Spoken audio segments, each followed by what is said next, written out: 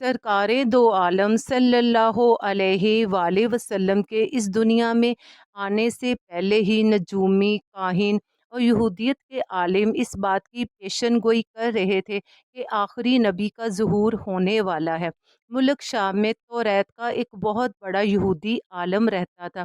وہ اکثر عرب آ جاتا اور آ کر لوگوں سے پوچھتا، بتاؤ کس کے گھر بچہ پیدا ہوا ہے؟ جب وہ پیدا ہونے والے بچوں کو دیکھتا تو کہتا، نہیں، یہ وہ بچہ نہیں ہے، مگر اس کا زمانہ قریب ہے، وہ چند مہینوں یا چند سالوں تک ضرور پیدا ہو جائے گا۔ جب نبی پاک صلی اللہ علیہ وآلہ وسلم اس دنیا میں تشریف لے آئے تو وہ یہودی عالم ان دنوں بھی مکہ میں قیام پذیر تھا۔ ایک رات وہ اپنے گھر سے نکلا اور مکہ کی بلند پہاڑی پر چڑھ گیا اور اونچی آواز سے بولنے لگا، اے لوگو، آج وہ ستارہ طلوع ہو گیا ہے جو اس بچے کی پیدائش کی علامت ہے۔ سارا عرب اس کے راستے پر چلے گا، وہ حجم اور اس کے شہروں کا مالک بن جائے گا۔ جو اس کی نبوت کے زمانے کو پائے اور اس کی پیروی کرے گا وہ کامیاب ہو جائے گا۔ اگلے دن عبد المطلب اس عالم کے پاس گئے اور جا کر کہا کہ میرے گھر کل ایک بچہ پیدا ہوا ہے۔ یہودی عالم نے عبد المطلب سے چند سوالات پوچھے اور پھر کہا، بے شک یہ وہی بچہ ہے اور تم اس کے باپ ہو سکتے ہو۔ پھر یہودی نے عبد المطلب سے کہا، اس بچے کے متعلق اپنی زبان بند رکھیے، لوگ اس بچے سے حسد کریں گے اور اس کی اتنی مخالفت ہوگی کہ حتیٰ کبھی کسی کی نہ ہوگی۔ عبد المطلب نے پوچھا، اس بچے کی عمر کتنی ہوگی؟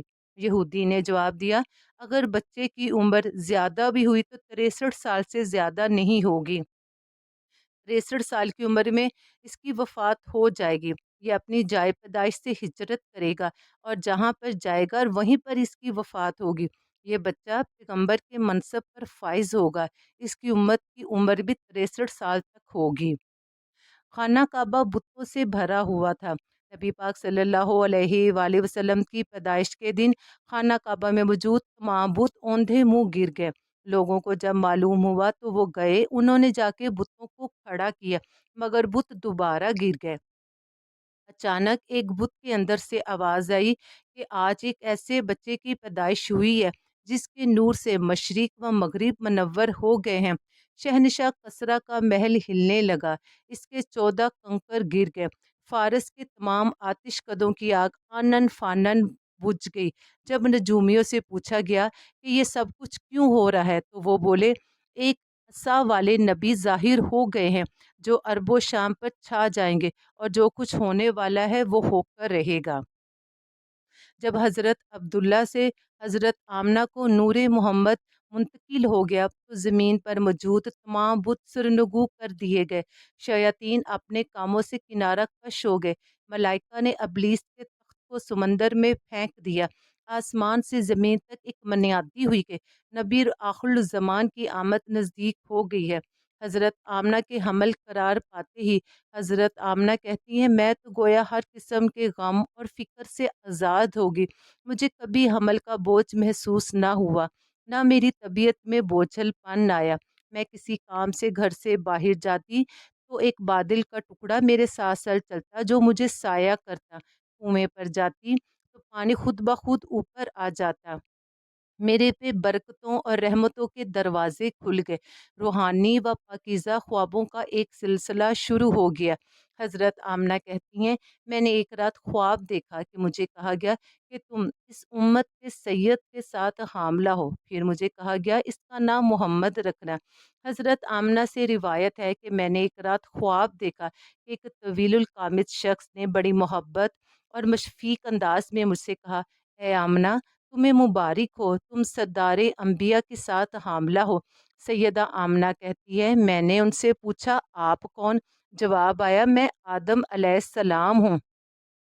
جب حمل 2 ماہ کا ہوا تو خواب میں نورانی چہرے والے شخص نے کہا، اے آمنہ، تمہیں مبارک ہو، تم ایک بزرگ اور معزز نبی کو اپنے پیٹ میں لیے ہو۔ حضرت آمنہ نے ان سے پوچھا، آپ کون؟ جواب آیا، میں شیث علیہ السلام ہوں۔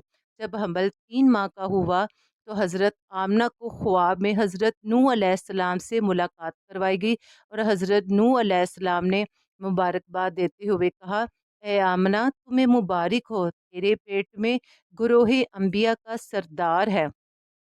4 ماہ کا حمل ہوا تو نورانی چہرے والے بزرگ آئے اور پھر مبارکباد دی اور کہا کہ اے آمنہ تم نیک اور بزرگ نبی کے ساتھ حاملہ ہو۔ سید آمنہ نے پوچھا آپ کون؟ جواب آیا میں ادریس علیہ السلام ہوں۔ 5 ماہ کا حمل ہوا تو معزز و نورانی شکل سے ملاقات ہوئی، انہوں نے مبارکباد دی اور کہا آمنہ مبارک ہو، تیرے پیٹ میں سید البشر ہے۔ پوچھا گیا آپ کون؟ جواب آیا میں ہود علیہ السلام ہوں۔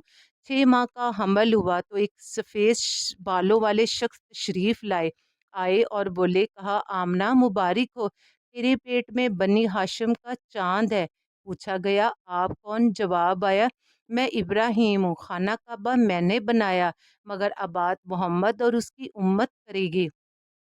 7 ماہ کے حمل کے ساتھ جب سیدہ آمنہ ہوئی تو حضرت اسماعیل علیہ السلام سے ملاقات کروائی گئی اور حضرت اسماعیل علیہ السلام نے مبارکباد دی اور کہا اے آمنہ تجھے مبارک ہو، تیرے پیٹ میں ایسا مکرم و محترم بچہ ہے جس کے لیے اللہ نے کائنات تخلیق فرمائی اور جسے اللہ تعالیٰ دوست اور محبوب رکھتا ہے۔ 8 ماہ کا حمل ہوا تو حضرت عیسیٰ علیہ السلام سے ملاقات کروائی گئی، انہوں نے مبارکباد دی اور کہا اے آمنہ تجھے مبارک ہو کہ تو نور محمد کے ساتھ حاملہ ہے۔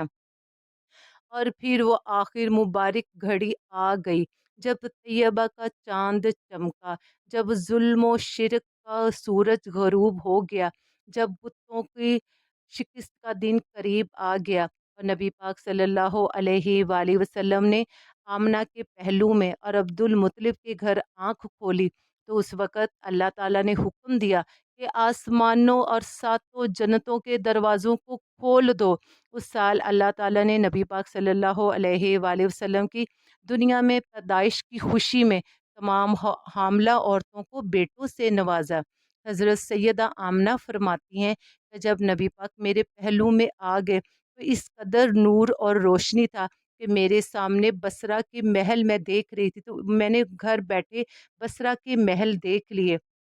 تو پھر اچانک آسمان سے ایک نور نے مجھے ڈھانپ لیا اور 2 پروں والے لوگ آئے اور حضور صلی اللہ علیہ وآلہ وسلم کو میرے پہلو سے اٹھا کر لے گئے۔ حضور میری آنکھوں سے اوجھل کر دیے گئے۔ پھر میں نے ایک آواز سنی، کہا جا رہا تھا کہ محمد کو دونوں جہانوں کی سیر کرا دو تاکہ مخلوق آپ کو جان لے۔ پھر محمد ایک نور کے حالے میں میرے پاس واپس لائے گئے اور آپ کو ایک ایسے کپڑے میں لپیٹ دیا گیا تھا جو دودھ سے زیادہ سفید اور حریر سے زیادہ نرم و ملائم تھا۔ پھر میں نے ایک بادل میں سے انسانوں اور گھوڑوں کی آوازیں سنی جو یہ منادی کرا رہے تھے کہ تمام جنوں انس اور چرند پرند کو مصطفیٰ کی زیارت کروا دی گئی ہے۔ بے شک نور والا آیا، نور لے کر آیا اور دیکھو سارے عالم پہ کیسا نور چھایا۔ لاکھوں کروڑوں درود و سلام نبی پاک صلی اللہ علیہ وآلہ وسلم پر۔ اللہ تعالی ہمیں آپ کے نقش قدم پر چلنے کی توفیق عطا فرمائے اور ہمارا خاتمہ ایمان کے ساتھ ہو۔ ملتے ہیں کل۔